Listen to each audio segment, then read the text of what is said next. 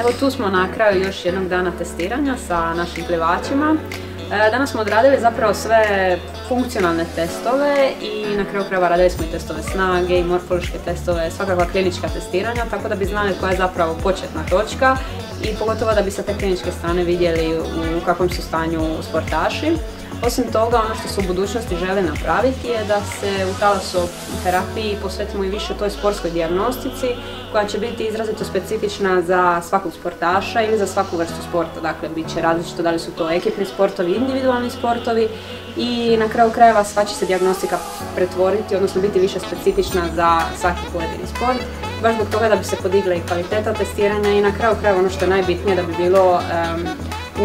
najbolje za svakog sportaša što se tiče samog njegovog trenažnog procesa i da bi se to moglo primijeniti u trenažnom procesu na najbolji način. Tako smo između ostalog i sa našim plivačima radili testiranja gornjeg dijela tijela, koje je ono koje je zapravo njima najbitnije u ovom slučaju, odnosno bitnije u odnosu na ono što su mogli raditi da smo testiranje odradili na traci ili na bicikli. Mjerili smo im u isto vrijeme i funkcionalne parametre, ali i metaboličke, u isto vrijeme smo mjerili dakle i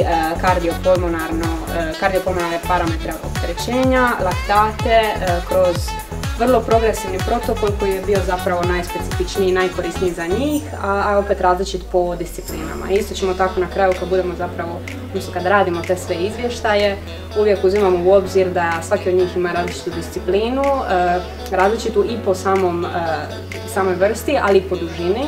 I pokušavamo to uvijek uzeti u obzir tako da bi im pružili najbolju uslugu koja može biti korisna i za kliničku stranu, ali i za onu trenažnu koju treneri jako cijene.